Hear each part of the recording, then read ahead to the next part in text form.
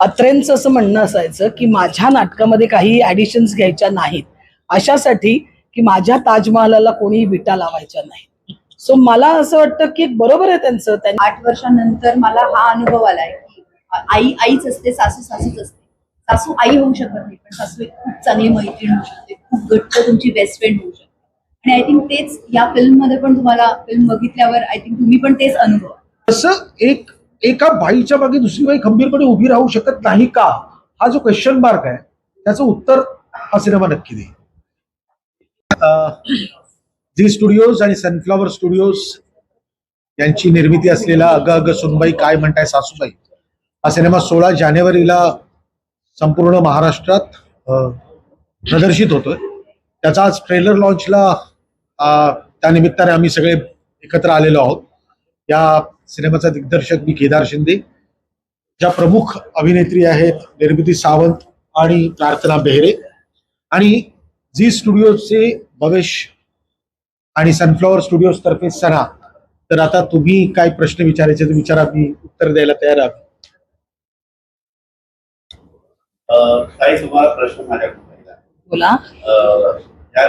सरांनी मगाशी सांगितलं तुम्ही स्क्रिप्टमध्ये किती बदल करून दिला आहे, हे त्याचं एक असं कारण असेल का ते रिअल लाईफ मध्ये तुमचं काय घडलेलं आहे का? नाही नाही नाही, असं काही कारण नाहीये.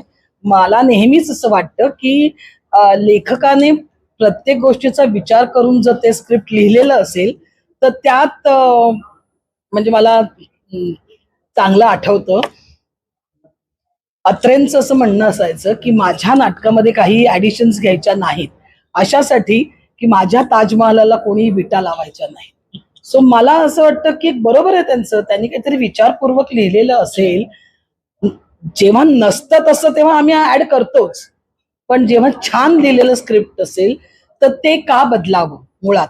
आणि दुसरं, प्रत्येक कॅरेक्टरचा एक रिदम असतो. म्हणजे मी जी कामं करते त्यामध्ये मी हे बघते की प्रत्येक कॅरेक्टरचा एक रिदम असतो. त्या रिदम तोडून वेगळंच जर काही कॅरेक्टर स्वतःचं वाक्य बोलायला लागले किंवा शब्द बदलायला लागले तर तो सगळा बॅलन्स जातो. म्हणून माझी ना नेहमीच म्हणजे नाटकातही आणि सिनेमातही अशी खूप सक्ती असते माझी की ही वाक्य किंवा ह्यातले शब्द बदलायचे नाही. आणि त्यांनी बऱ्याच वेळेला खूप फायदा झालेला आहे आम्हाला. सो इथे मी तेच अप्लाय केलं होतं. रिअल लाईफ मध्ये कुठे स्टोरी मॅच होते का?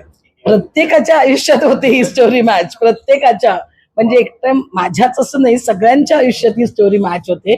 कारण ही स्टोरी एका कुटुंबाची आहे मुळात. ही स्टोरी फक्त सासू सुनेची नाहीये.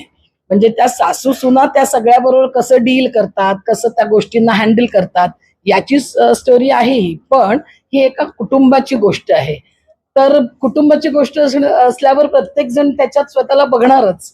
आणि प्रत्येक जण, किंवा तुम्ही असंही म्हणाल की माझी मावशी अशी आहे किंवा माझा मामा असा वागतो किंवा मावशीची सून ना अशीच अगदी आहे, असं तर तुम्ही नक्की म्हणाल. त्यामुळे हा सिनेमा तसा प्रत्येकाच्या जीवनाशी संबंधित आहे.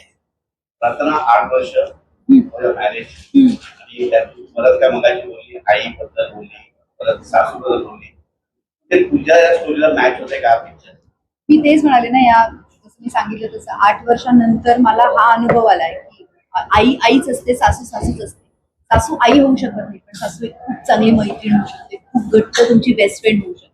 आणि आय थिंक तेच या फिल्म मध्ये पण तुम्हाला फिल्म बघितल्यावर आय थिंक तुम्ही पण तेच अनुभव. केदार, आता तू बोलताना असं म्हणालास की इकडे जाण्याआधी तू आणखी काही ठिकाणी फिरून आलास, खरं तर किंवा गेला होतास? नाही, या सिनेमासाठी नव्हतं ते.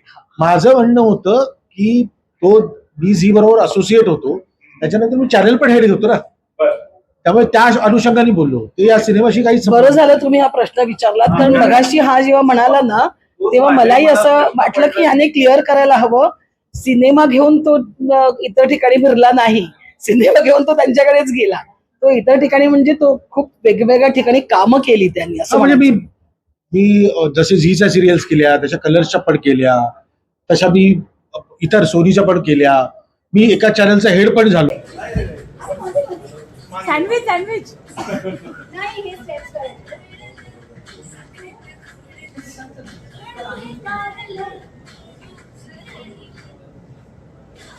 थँक्यू.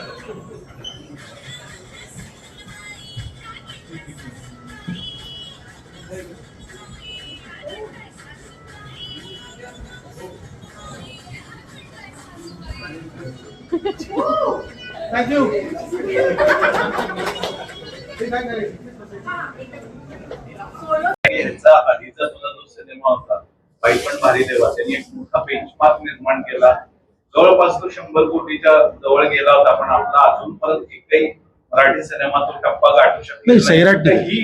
ही फिल्म गाठू शकते. नाही असं काय, आम्ही ना ज्या क्षेत्रात आहोत सगळे, आमचं काम करणं काम आहे. तो म्हणजे असं कसं आहे ना की सचिन तेंडुलकर किंवा विराट कोहली मैदानात उतरताना मी आज 100च करीन या भावनेने उतरतात, पण ते नसतं. भारत जिंकला पाहिजे एवढंच डोक्यात असतं. माझं स्वतःचं मत आहे की ज्या पद्धतीने आत्ता मराठी सिनेमे सुरू आहेत आणि ज्या पद्धतीने चालतायत, चांगला प्रतिसाद त्या सगळ्या सिनेमांना मिळतोय, अशा पद्धतीचा उत्तम प्रतिसाद आमच्या सगळ्याच सिनेमांना मिळावा म्हणून हे प्रयत्न आहेत. बस.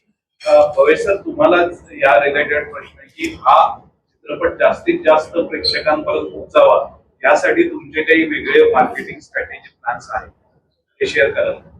हा चित्रपट आपल्यासाठी खूप स्पेशल आहे. जसं मी मगाशी म्हणालो की या नवीन वर्षाचा आमच्यासाठी पहिला चित्रपट आहे आणि जेवढं सुद्धा आमचं लर्निंग आहे एवढे चित्रपट केल्यानंतर ते सगळंच सगळं पणास लावून ह्या चित्रपटाचं मार्केटिंग आणि डिस्ट्रीब्युशन करण्याचा प्रयास आमचा राहील.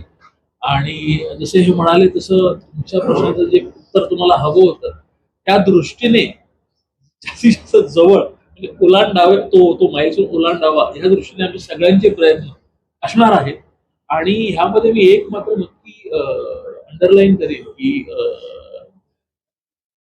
केदार शिंदे हे फक्त डायरेक्टर नाही, मला वाटतं त्यांचा जो अनुभव आहे इंडस्ट्रीमधला, ऑडियन्सच्या अंडरस्टँडिंग, त्यांचे जे बारकावे निघतात, त्यांचे जे इनपुट्स निघतात मार्केटिंग मध्ये असेल, चित्रपटाच्या प्रमोशन मध्ये असेल, ज्या पॅशनेटली एवढ्या वर्षांनी सुद्धा ते काम करतात, इट्स अ बिग लर्निंग. आणि मला असं वाटतं हा जो मनाचा ओपननेस असतो की मगाशी पण म्हणाले की 19वा चित्रपट आणि अजून butterflies the stomach kind of a feeling, त्याच्यावर काम करायला खूप मजा येते आणि त्याचे इनपुट्स खूप शार्प असतात. आमच्यासाठी ते अजून it is helping us market the film better, promote the film better. आणि याचं एक बदललेलं जे काही नातं आहे ते पडद्यावरती मांडताना मला वेगळे दाखवावे लागले. आज मी ना एक छान कॅप्शन लिहिली आहे. हा ट्रेलर जेव्हा आउट होईल ती कॅप्शन मी वाचून दाखवतो. मला असं वाटतं की या कॅप्शन मध्ये सगळ्या गोष्टी आल्या की स्त्रिया एकत्र आल्यावर नुसत्याच गप्पा नसतात, त्या आयुष्याचा टप्पा पार करण्यासाठी कारणीभूत ठरतात. होय, त्या एकमेकांसाठी उभे राहू शकतात. या एका लाईन मध्येच ना या फिल्मची जे काही म्हणणं आहे ते सांगण्याचा प्रयत्न आहे. प्रत्येक घरामध्ये 100 98 घरामध्ये कुठेतरी वाद संवाद, मतभेद, विचारांचे अशा गोष्टी असतात, कारण ते जनरेशन्स वेगवेगळे आहेत. पण जसं एका बाईच्या मागे दुसरी बाई खंबीरपणे उभी राहू शकत नाही का, हा जो क्वेश्चन मार्क आहे त्याचं उत्तर हा सिनेमा नक्की देईल. आतापर्यंत आणि बरेचसे हा एक असा एक टर्निंग पॉइंट आहे या म्हणजे 2025 आपण